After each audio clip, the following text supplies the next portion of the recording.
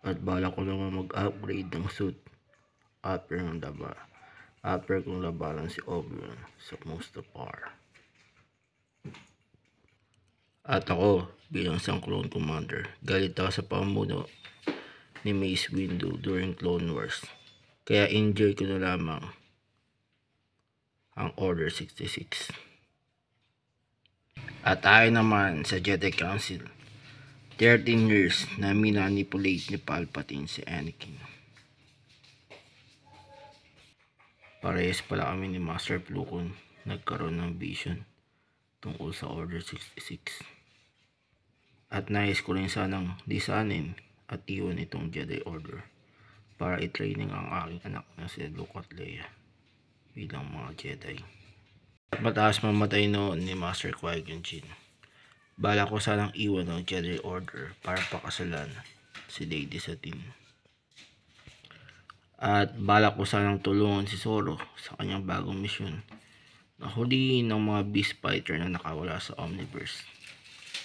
At sa wakas, nalaman ko na rin ang katotohanan tungkol sa ginawang pagpaslang ni Anakin sa mga Tusken Raiders noon. At sa wakas, Skywalker, magkasama tayong ditong dalawa ngayon sa Kashyyyk para protektahan ito. Tama ka dyan, Master Yoda. At nakatanggap naman ako ng report mula kay Grand Moff Tarkin.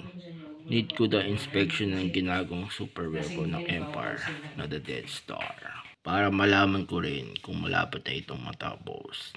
At para makapasok naman ako sa loob ng Jedi Temple, need ko yatang sayawan ng mga clone sa harapan nila.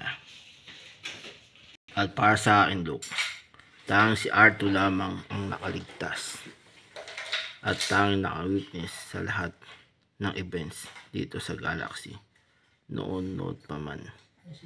Palagay ko, Obi-Wan, tama ka dyan sa sinasabi mo.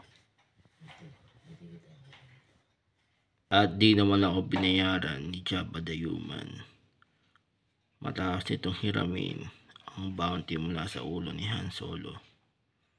Kaya hahantingin ko siya. At humingi na rin ako tulong kay Luke para mahanap si Jabba. Kung need natin talagang tumulong ditan kay Boba Fett para mahuli sa lalong madaling panahon si Jabba the Human. Palagi ko, Master Luke, tama ka dyan sa sinabi mo. Payag akong tulungan si Boba Fett para dyan. At mas lalo naman ako naging powerful ngayon matapos ang ginawa kong training kay Master Yoda. Ay saglit lamang.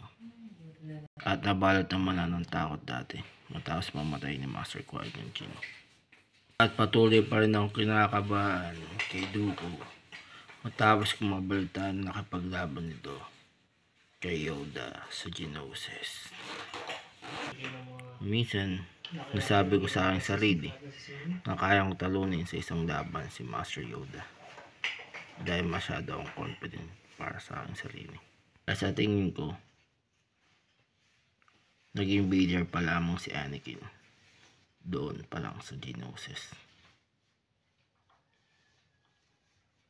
Gusto ko talagang mapili si Jango Fett bilang isang clone Donator.